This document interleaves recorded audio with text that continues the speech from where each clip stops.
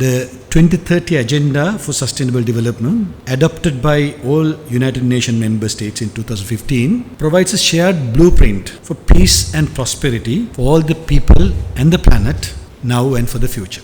The 2030 Agenda proposed 17 Sustainable Development Goals, SDGs as we call them, with an urgent call for action by all countries, whether they are developing or developed. The government of Sri Lanka has also demonstrated a very strong commitment to achieve these Sustainable Development Goals. In fact, they were included in the current President, His Excellency Gotabaya Rajapaksha's election manifesto, Vistas of Prosperity and Splendor.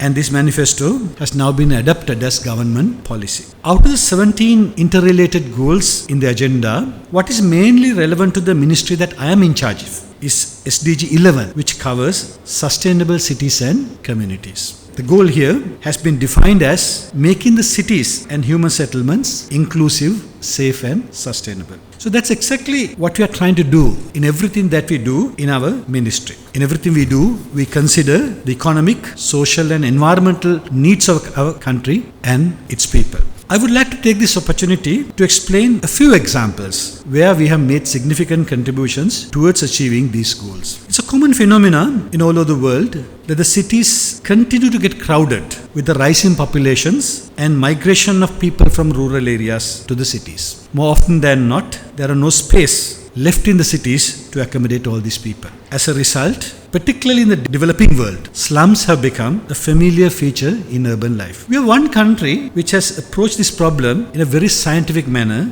in order to seek solutions. In 2010, our ministry conducted a survey on slum dwellers in the city of Colombo and identified that there were 68,812 families living in 1,499 community clusters within the city. These areas were not at all sustainable for human habitation. They lacked even the basic facilities such as water, electricity and sanitation facilities. At that time, low-income settlements were spread over 9% of the land coverage of the Colombo metro. It was Mr. Gotabaya Rajapaksha, the current president, who was the secretary of the Ministry of Urban Development at that time, who had initiated that survey. Having clearly identified the issue and with proper statistics in hand, he wanted to initiate a program to resettle all these families in multi-storied apartment complexes that would be built by the government. But there was no way that the government could fund such an ambitious project. So an interesting solution was found. We found that these slums are occupying about 900 acres of land within the Colombo city. To build 50,000 housing units, we needed only 450 acres. So we decided to raise a debenture of rupees 20 billion by UDA for the construction of the initial 5,000 houses, and it was decided to lease the land released by relocating these families for commercial projects and thereby raising new funds to continue with the project. This program was named Urban Regeneration Program or URP. Initial plan was to build 50,000 housing units under the URP program for these slum dwellers. It started well, but the program got disrupted due to the changes of government during 2015-2019 period. We have restarted it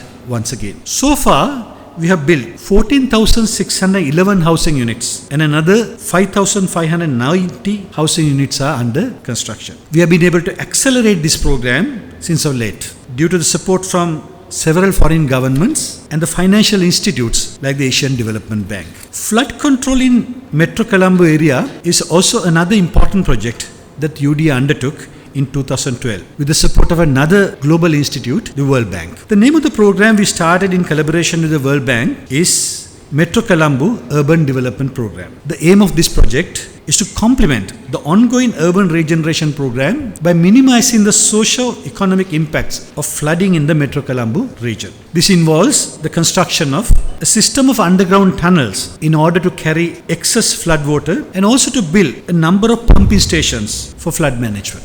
The total investment for this project is about $430 million, and we are currently at the last stages of this massive project. In our urban planning, we pay a lot of attention to maintaining and increasing the green cover in the cities. Under the present government, several large-scale projects have also been launched in the last 2 years to intensify urban forest cover. One of the most important projects among them is the Jatika Sandunnuyan, which we recently opened for public in the Batharamulla area. The cost of this project was about rupees 294 million. Whilst we preserve the valuable sandun trees through this project. It is also a place where people can visit with their families and relax. There are several other similar green cover projects completed by UDA. The Goldface Urban Forest Park, Madivala Urban Eco-Agriculture Park and Baladaksha Mawata Pedestrian Facility Centre are some of the highlights in this area. Another area where we have done well is wetland management. In 2018, Colombo City was selected as a Ramsar wetland city due to the work we had done to preserve the wetlands within the city area. Today, 15% of land area in the Colombo City are wetlands. Most of these areas have been well preserved. DSR Uyana at Battaramulla is a good example for converting polluted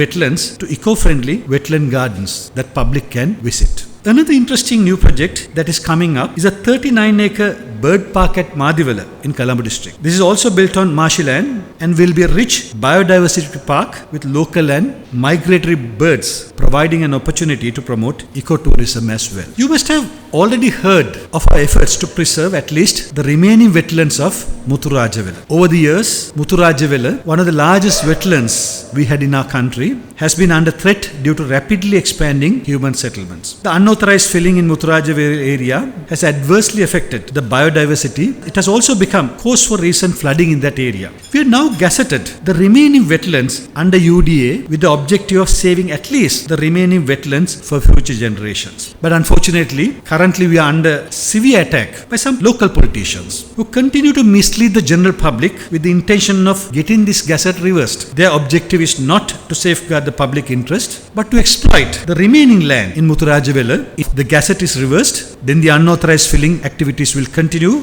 and in a few years' time, Muthurajavela wetland will disappear for good. So it is up to the environmentalists and the other interested parties to come to terms with the reality and help the government, which is genuinely trying to save the important national asset. Whilst we do planning for all the major cities, recently we started a project of developing and beautifying 100 small cities across the island. We call this program Siyak Nagara program. In planning these developments, we have taken all steps to be in line with the sustainable development goals of the country. 30% green cover is an essential part of all our designs. This is just a brief outline of the work we do in line with the sustainable development goals adopted in the Agenda 2030.